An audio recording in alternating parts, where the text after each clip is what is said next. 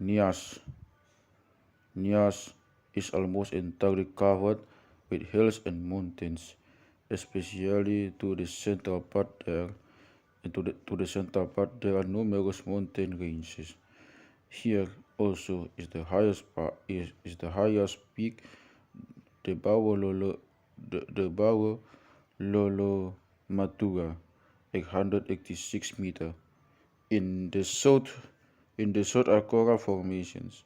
In the in the ocean in the ocean period, there was a lineage with rich vegetation which formed a layer of brown coal. Then the country began to sink. This process being caused by eruptions which occurred from the Oligocene to the Miocene age.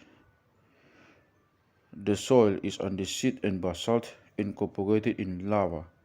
Most of the land was covered by a shallow sea. About the Carthage, Nias arose above the surface of the water and sediments were deposited in the reef caverns. Fossils and sedimentary stones enable us to determine the Eocene, Oligocene and Miocene ages. To the southeast, the sea is magnificent. In front of the coast lie numerous red-brown coral reefs, sharp as swords, over which thunder the breakers. A vast green mass of water is seen approaching.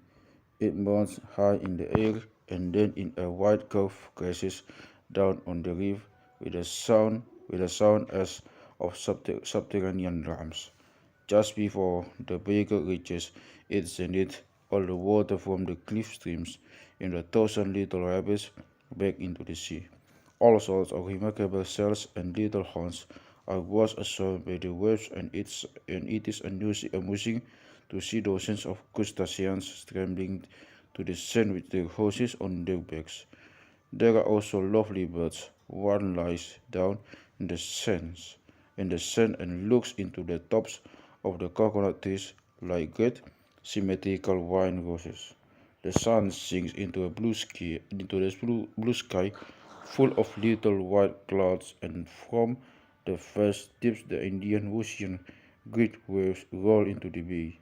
Deep in the jungles, deep in the jungles of Southeast Nias lie the mysterious remains of the villages, long deserted, great terraces and altars on which stand round tables with great monster heads, double rows of pillars crowned with figures of deer and rhinoceros birds, mushroom-shaped stones on which graceful lancers once beat and swayed, and among these relics, lost among reeds and bamboos, are small, beautifully decorated coffins, the cover adorned with the figures of birds and lizards.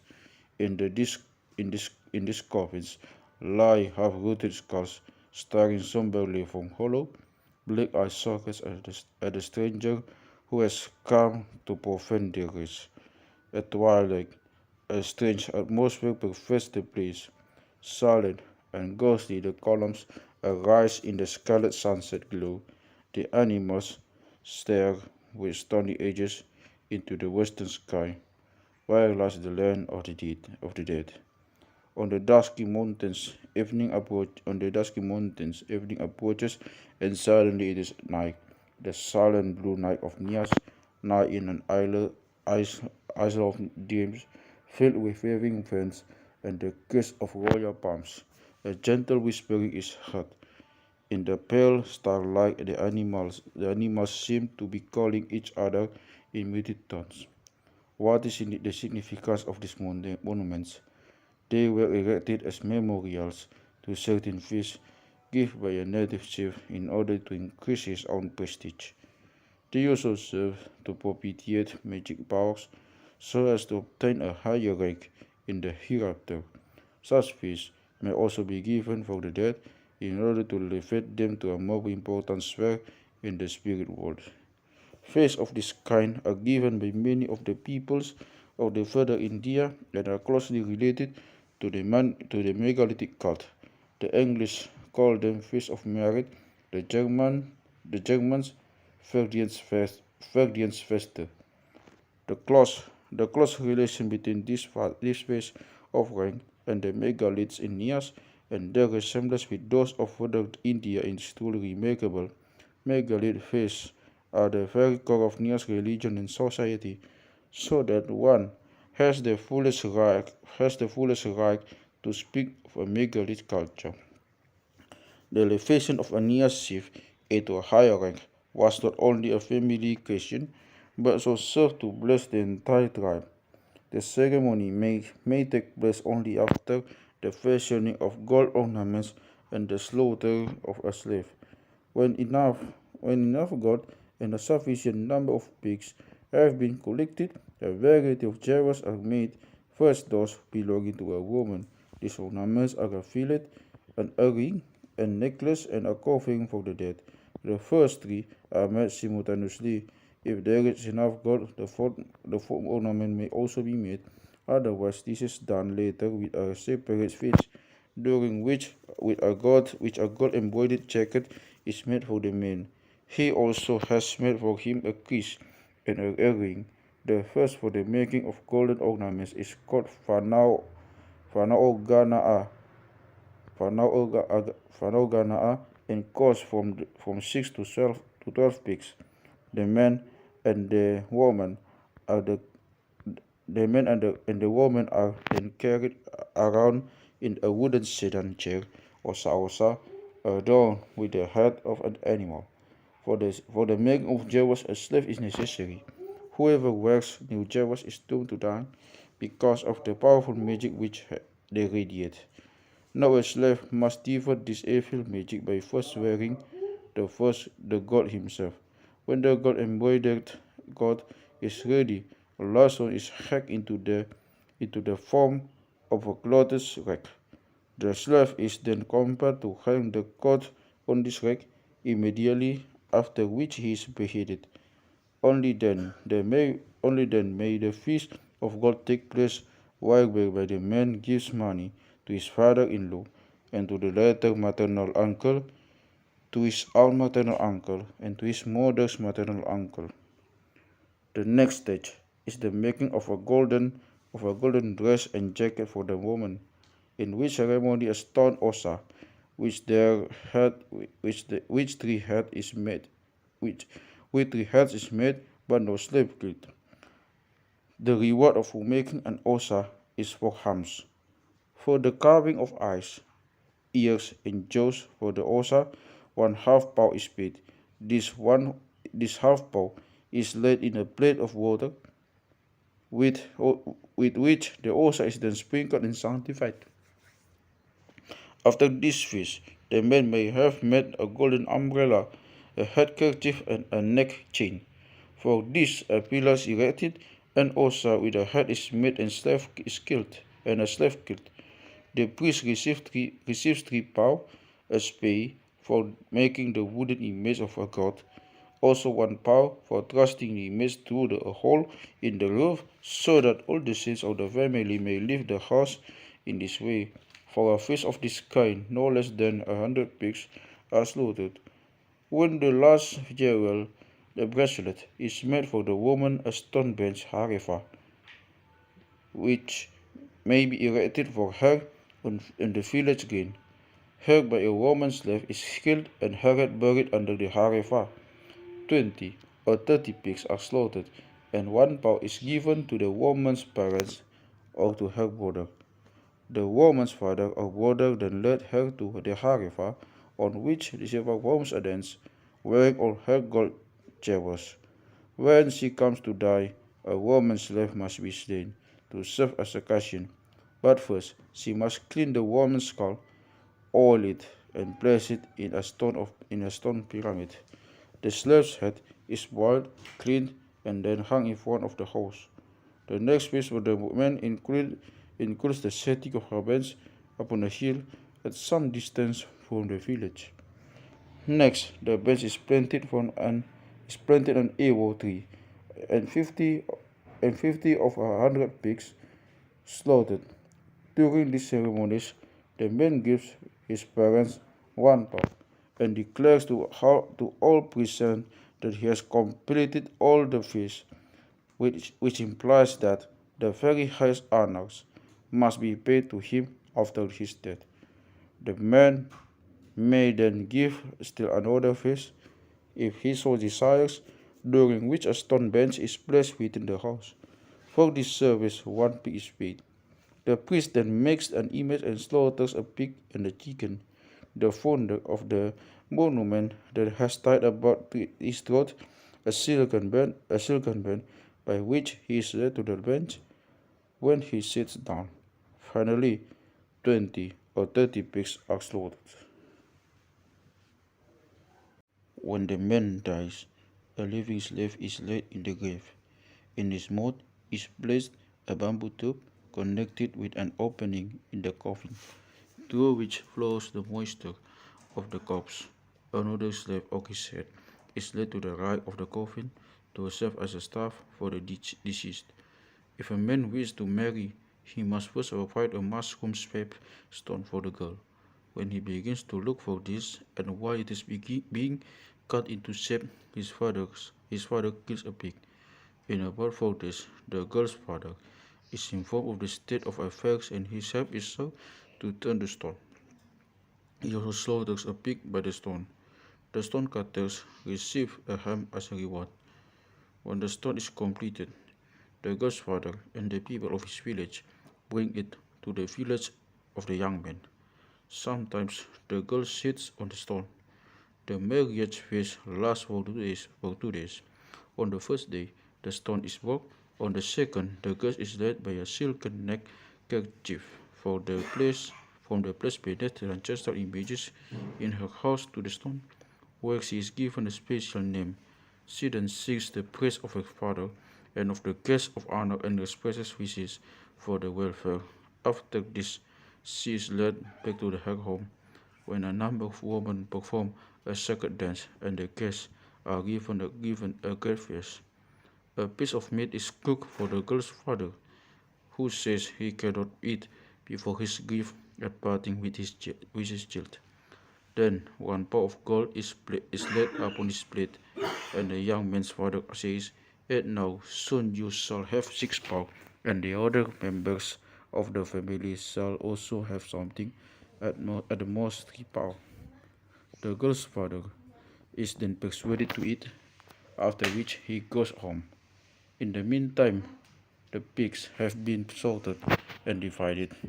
After 3 or 4 days, the promised sum is brought to the girl's father, which the girl returns. We have thought about these customs in detail, in order to make plain what an important part is played by these stone monuments in the life of natives of Nias. The number of pigs slaughtered and the number of pounds is paid a matter of considerable thought. There is perhaps no place in the world where the role of the megaliths as a primitive society is so plainly to be seen as in Nias. Similar megalith customs among the Nagas of Assam are also deserving of careful study, because they are of extraordinary interest technology. In some years, Western civilization will destroy these customs, and the megaliths of Southeast Asia will perhaps be as great a mystery as those of Europe. We will now give a brief description of the antiquities themselves. For a few weeks, we camped at Lahusai Danatai, in the southeast part of Nias, whence we made trips to various monuments in the vicinity. This consists of long rows of megaliths, which formerly stood in front of the houses. The villages, however, have long been deserted, the houses have disappeared, and only these stone monuments are left in the desolated wilderness. There are still a few villages with monuments, but these are much smaller and cruder than the ones I have already mentioned. Pure megaliths of magnificent design and execution are found in the south of Nias. These monuments, however, differ from those at Lahusa. It must also be mentioned that nearly all the villages of Nias lie high insulated on the hills, this being an urgent necessity because work is being waged continually. For the scientific explorer, these hills are a source of grief, especially when they have to be climbed in the heat of burning midday sun. The monuments of Lahusa give a good impression of the plan of an old Nias village green. It consists of a rectangle 16.50 times 4 meter. The axis running northwest southeast. The two extremities terminate in a stone terrace. On the northwest side stands a great square column behu crowned with great figure of a bird. On the terrace there is also a round mushroom-shaped stone yogaji, a smaller stone of the same form, upstanding pillars, plain or decorated, and benches with animal heads osa. A behu serves to make the name of a native chief immortal and may only be erected after a head has been cut off. The severed head is laid on the figure of the bird. For a woman's marriage, a nyogaji is made and she dances upon it. An osa, with one head commemorates as a man, with three heads a woman. All these monuments serve as the final resting place for the founder's soul. They are found by the hundred of the village square, and the people of Nias now extended to whom each belongs. In order to avoid repetition, we must pause for a moment on the subject of Behu, Nyogaji, and Osa. Behus are square pillars of huge, rough, unhewn slabs of stone, placed in rows along the village green or at both extremities. Sometimes they are ornamented with figures of rosettes, breasts, and necklace or other jewels. Often they have a flight of steps on three sides. In Tetegewu is a behu with a large knife. On top tree is usually a bird which, however, cannot always be plainly distinguished. Sometimes one recognizes a chicken and again a rhinoceros bird. The latter is sometimes portrayed without a horn, but may be identified by its long downturned bill. Other specimens have a short, snub-nosed bill with a horn.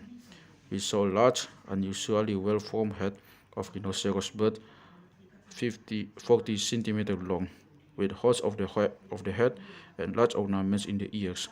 The portrait is, of course, not true to life. For instance, the beak is too long in proportion to the horn. The sides of the beak are convex instead of concave. The ears are on top of the head instead of at the sides. The Churubaho is still another specimen with horns on the beak. Four-footed birds are also not uncommon. Sometimes the wings are spread and the back has a flat surface to hold a severed head. But often too, the wings are folded. On rare occasions, the behu has not one, but three birds.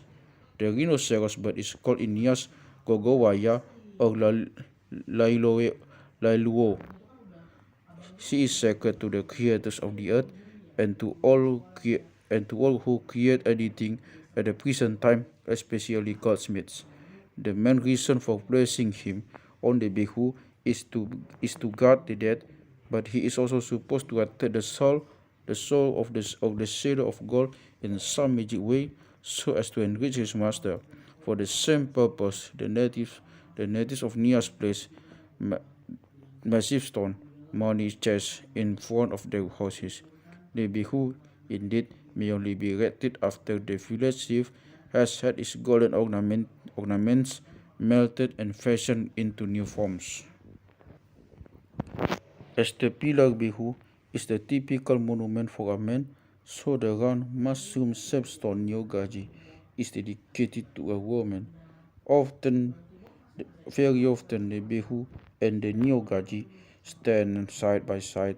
As a rule, the new gaji has set of about 1 meter, but there are of course larger or smaller specimens. The smallest I saw has a diameter of 63 meter, 63 centimeter. The largest a diameter of 207 centimeters is Sarahili. The base consists of a short pillar which changes into an ogive shaped section with a flat upper surface. The ogive is often beautifully decorated. The simplest form of decoration consists of a group of groups, sometimes edged by a band of rosettes, or a band by a band of rosettes, squares or loops. Two specimens at Tetegewu have triangles and rosettes, and other spear-shaped ornaments. The most remarkable, however, is a nyogaji with alternate triangles and spirals, among which two lizards are portrayed. Nyogaji with triangles on the upper boulder are found at Chudubaho and with circles at Tuhegewo. One naturally wonders what is the real purpose of these ogive decorations, for unless one bends down, they are practically invisible. It is possible that they were not made to please the eye, but in order to attract some magic power. These stones nearly always stand on the ground or on a foundation, occasionally on a pillar about 80, 80 centimeters high. Quite often they are surrounded by stones of an equal height or built into a terrace chudubaho in an inexplicable fact. As we have said before, chiefs, the wives of prominent village chiefs perform dances on these stones. In this connection, it may be mentioned that most of the new guys produce a musical sound when struck with the flat of the hand. It is quite possible that formerly the dancer produced this sound with her feet, or that she was accompanied by the clapping of hands on the stone. During our explorations, whenever there were children in the vicinity, they always began to strike the stones and to accompany each other. The effect is very pleasing since every stone has a different tone. Osa osa indicates an oval wooden disc with the head and tail of some fantastic animal.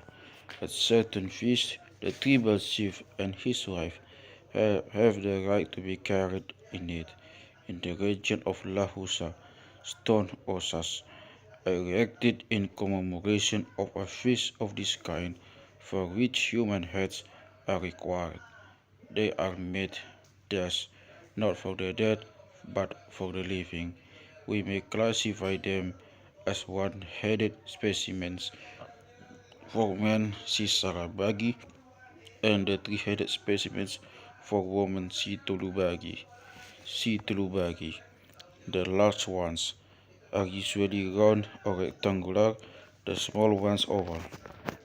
The large specimens have three heads and the small only one. They rest on 4 feet or low pillars or on two broad supports, sometimes merely on a round shaft. Sometimes there are no feet whatever. The large stones in honor of women have breasts carved on the under surface or on the front edge. The smaller are painted. The one-headed stones sometimes have male genitals, but also occasionally female breasts.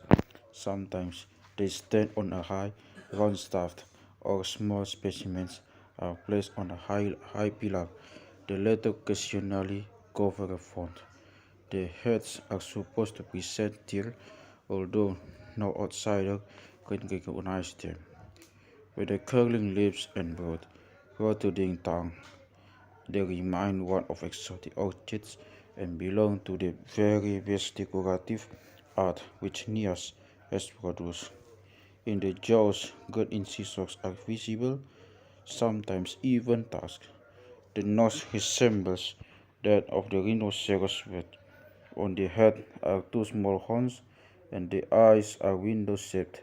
The ears are wear ornaments. Around the throat is necklace. Very peculiar is a specimen with human head, a tugu. There are also small monuments without a head, having only a foot and a tail. A one-headed specimen with gobs on ogive and substance on barugir. The sword is small, one with triangles, and on the edge is a tudu. Let us, however, return to Lahusa, one of the most beautiful monuments. There is near a square terrace of the southeast side of the grid. It is a pillar 3.60 meter high, crowned by the figure of a deer. Over the back of the animal, which looks more like a dog than a deer, is rich of upright scales. The tail is decorated with four volutes. On the head are two horns. Straight through the body is a hole. The base has volutes and tails. On the fourth side of the column is a small altar. Northwest of this monument stand in a row two more pillars with three-headed horses on top and a pillar with a beautiful rhinoceros bird. By this last monument is an artistically decorated neogaji. Here also we found the head of a crocodile and three human heads of stone as a substitute for real skulls. Back of the little terrace just mentioned stands the image of a woman with upraised hands. The top of the head is flat, and on it sits a bird. Near her stand two pillars with rhinoceros birds. The one further to the right has female breasts and four feet. Around the throat is a necklace. Both pillars have projections on the fourth side and a thus probably clothes racks. The terrace on the southeast side has several benches, behind which are five smooth, convex, decorated discs. Two have a wall at the top, the purpose of which is unknown. In the center pillar, a lizard is engraved. On the terrace, it is also a headless animal with widespread feet. We shall make no mention of these numerous other monuments on the square, as we do not wish to make this chapter a mere dry summary. For the same reason, we will take merely a bird's eye view on the other groups of megaliths, recounting only their most remarkable features. Not far from here lies Judubaho, from which place there is a magnificent view over the southwest part of the country and the Susua River. The town lies on a steep plateau and differs from Lahusa by being spread out over a long stretch of country. Here also the chief monuments are five enormous pillars surmounted by birds. To the northwest is a terrace on which is the seated figure of a man. Nearby is a pillar with the lizard. On the top is a bowl closed by a three-headed osa. Behind this terrace are three other long, narrow terraces and neogajis with pillars. The northeast side of the field is enclosed by a wall, behind which lies higher ground. The wall therefore has several steps. Nearby stands a pillar with a hole in one side in which was kept the head of the departed. This reminds one of the custom of placing skulls in tree trunks or wooden pillars, as observed by various tribes. For instance, in Borneo, on the southwest edge of the field is a column with capital grooves resembling the Egyptian style. An unusually beautiful group of megaliths lies at Tetegiwo. After traversing two long rows of monuments, one sees two large terraces, one above the other, with pillars and figures of animals. On the upper terrace, we found two skull coffins in the form of birds and another with trapezium palm cover. In one of these coffins lay two broken porcelain plates. These plates are always broken on purpose. The front of another coffin is a relief of a human being with arms and legs outspread. The Tegiro has the most beautiful yogas in all Nias. Tuhegiro, in the immediate vicinity, also has numerous remarkable antiquities. We found no less than 9 skull coffins, of which two have a lizard on the cover. Two coffins had a skull on the plate, another was ornamented with rosettes over the entire surface. We found here also a large osa with the head of a hornbill, a pillar with volutes and a knife, as well as a pillar with a necklace, ears, and a head ornament. The small terrace has curved earthen twines, so-called areas, resembling the wooden ornaments so often found on the houses of the native chiefs in Nias.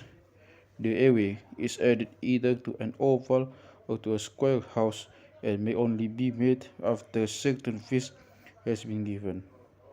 Usually, there are two, sometimes four, in the plan of decorated with rosettes. Each area, each area is supported by an arm-shaped ornament, under which are sometimes a necklace and brace. The ship's house at Chudrubaho has even a pillar decorated in the same way and with two upraised arms. The stone areas on the rest at Tuhegiro are the oldest specimens in Nias and have the specimen historical value. In the village of Sisarahili is a three-headed osa, in which the other heads represent rhinoceros birds, a rare specimen, therefore. There is also in this village a skull coffin in the form of a mythical animal. Downstream, on the steep bank of the Susua River, lies an interesting group enclosed for and half by terraces.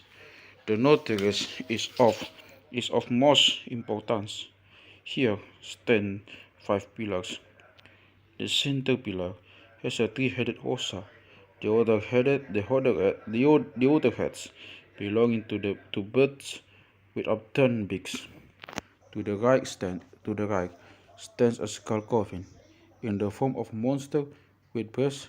To the right and left of this breast are upturned arms ending in volutes. The coffin is supported by a human figure with raised arms. On the left corner of the terrace stands the largest nyogaji in Nias. At the center, a two-headed osa, slightly concave on the upper surface. We do not know the purpose of this raised monument. Among other antiquities, we should like to mention two skull coffins and a large cover with a lizard. Also the figure of a woman with upraised arms.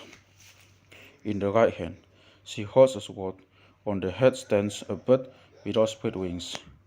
Next to this image stands a pillar with breast.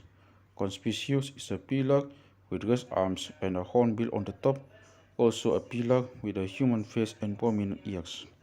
At Orahili, much was destroyed by an earthquake a few years ago. Here we found a number of round balls, some with covers. One specimen was beautifully decorated. It is said that a few years ago, these bowls were made out of nyogajis and now merely serve for household purposes. An old man, however, remembered that formerly skulls were kept in them and that formerly wooden skull coffins were kept in the houses. Conspicuous is a small osa with a nose but with a big shaped upper jaw. In the neighboring village of Safaroasi, I found a similar specimen. The most beautiful thing in Orahili, however, is the chief's house with its high, pointed roof and lovely wood carvings. The motifs are a woman's waist and two-tailed lizards. To the right of the steps is the figure of a woman meet it with a lizard. On the roof is a serpent-shaped booth, in which stand 7 wooden images. Similar booths are found in Toba and on the house-shaped mausoleums of the Jagais in Indochina. Barugir is remarkable for the high wall on the southeast side. To the right and left ascend flights of steps. At the foot of the right steps, we found 9 sculptures at the top vying for. One has a cover on which is a bird with outspread wings. On the wall is also a round pillar with a cycle of pegs at the top, apparently a sort of clothes rack. At the southwest corner of the south lies at the southwest corner of the square lies a small terrace with raised curved areas, and nearby a human image. In the middle of the square stands a large neogaji. A kilometer to the southeast lies another small group, of which the principal monument is a small terrace with 2 volutes. Hiligombo may be reached by a steep flight of steps from the north or from the south side. Here we found 7 sculptures and a large round skull pot. By this pot stands a strange bird-like image on a pillar, not separate but carved out of the same stone. North of this group lie 2 terraces. To the south another small group. Tomori is 50 meter long and 50 meter broad and has 3 terraces. On the highest of these stand 2 pillars with birds and 2 sculptures, also a human head of stone. The second terrace is empty, but the third again has bird pillars and 2 stone heads in human form. At the very bottom and to the left is a chest with a lizard on the lid, and nearby chest in the form of a rhinoceros bird with a square lid on the back. On the other side stands a similar bed chest. Southeast of this group lie 3 more little terraces with stone protuberances. We will now leave these regions and take our way to the south, where the culture of Nias has had its most beautiful development. Here is a people imbued with the spirit of music and art, a people of simple sculptures, singers and poets, dreamy, meditative and full of mysticism. As they have lived, so they die, quite simple and soon forgotten. The souls of the dead are like sighed in the rustle of the evening breeze. On the deserted graves glows dimly the Milky Way, the celestial river, the surge of whose waves can be heard when the weather is clear. One twilight evening we came to the village of Hilisimaitano. We mounted a flight of steps with artistic carvings and lovely foliage. And suddenly there lay before us a large village with rows of houses on both sides of broad paved street.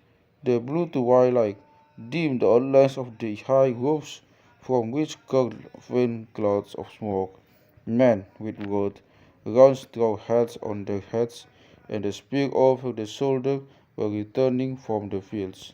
Children brought water in hollow bamboos. A lone dog barked, then all was still. The evening web Hilisimaitano is an atmosphere of deep rest, like miracle from ages primeval. We step into the broad central road. To the right and left, stone monuments are placed in long rows before the houses, simple benches and ornamented obelisks, round tables with a motif of leaves, a chair with a crocodile on the back. These stones serve to commemorate the dead and are often made during the lifetime of the person concerned. Under the house of the aristocrat Samago, we notice a coffin 3 meters long with the head of a deer, horns, and beard, but were made of gilded tin and fastened to the head with iron wire. The sculpturing was not yet completed, as the founder had just the stone brought months before from Boto Hilitano, 18 kilometers away.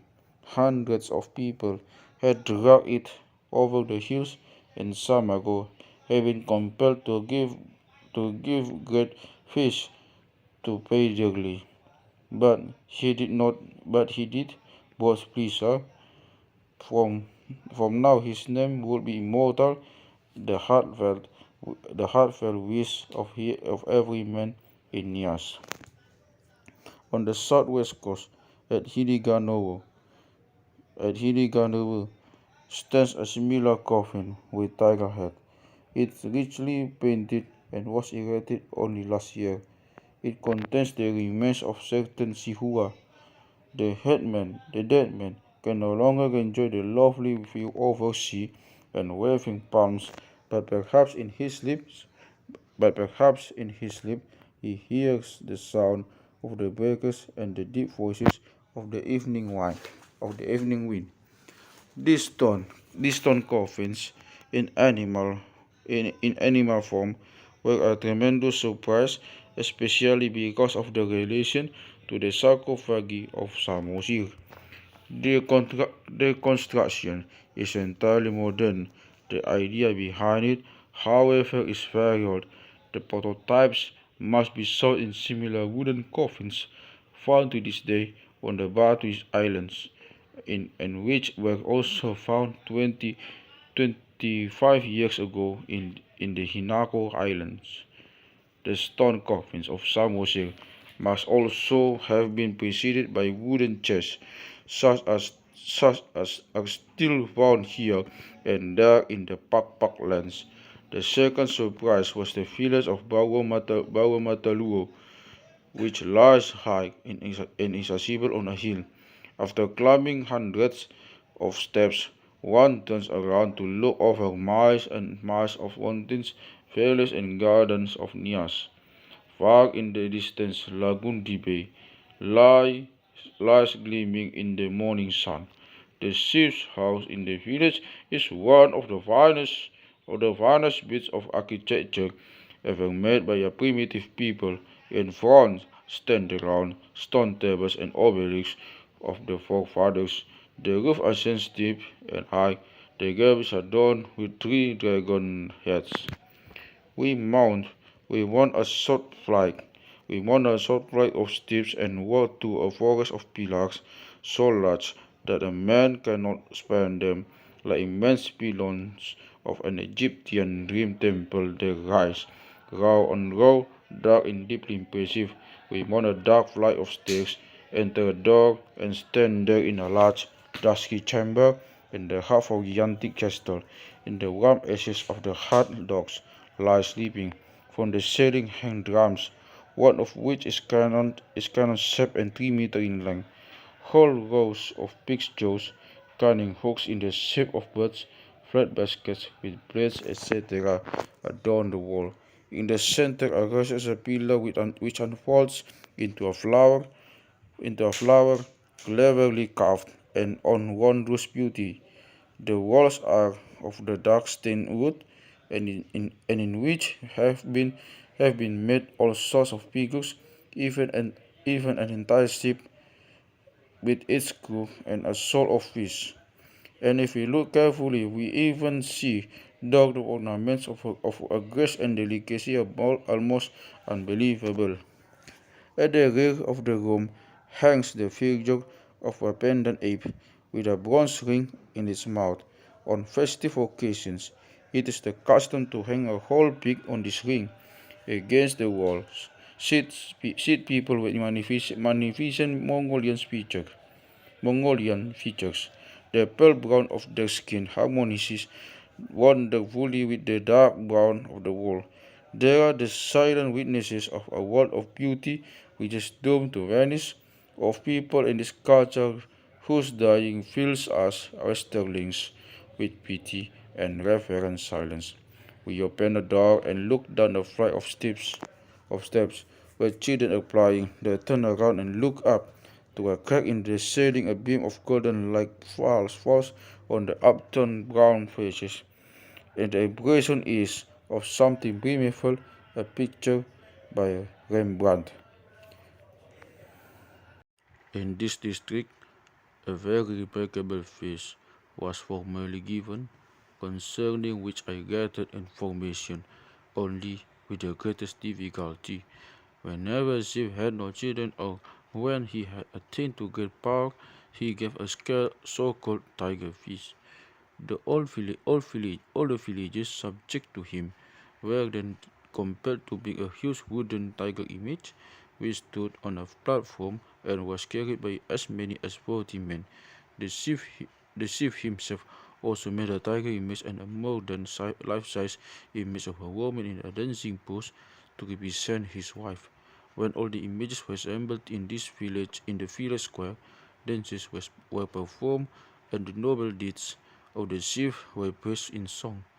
On the back of his tiger image was laid the head of a slave, and another at the feet of the woman image. After this, all the images were carried in procession around the village and over the entire country, where they were where they were everywhere received with offerings of rice and palm wine. It was believed that this processional gave the chief and his wife more bodily vigor and strengthened their souls. The ground would also be more fertile and the crops more bountiful. During this journey, all the strife must cease. Men and women were completely free and abandoned themselves to their lusts in the most shameful manner. After 20, After 28 days, the images were hauled into the Gomo River. Some of the old people declared that the tiger was sometimes replaced by a rhinoceros bird and that the woman represented the mother of a number of ancestors. In ancient times, she had become pregnant because the feather of a bird had fallen on her lap, and for this reason, the descendants were not allowed to kill the rhinoceros bird. At the feast, in honor of these images, the men danced with great masks, which were provided with their own wheels head. One could easily write much more concerning the culture of Nias, but for the but for the present, I shall restrict myself to the mentioning of a few new points of view revealed by these recent explorations. First, however, I wish to express my gratitude to M.A. Bowman, Deputy Commissioner of Nias, who procured for me much valuable information and always helped me in the most generous fashion. Even the most superficial consideration teaches us that the culture of Nias is related to that of the Nagas in Assam. In both countries, social life is largely dominated by the megalith institution and the necessary faith and ceremonies involved by them. In Nias, this is more the case than in Assam, for among the Nagas there are only a few tribes, such as the Agamis, who possess a highly evolved megalithic culture.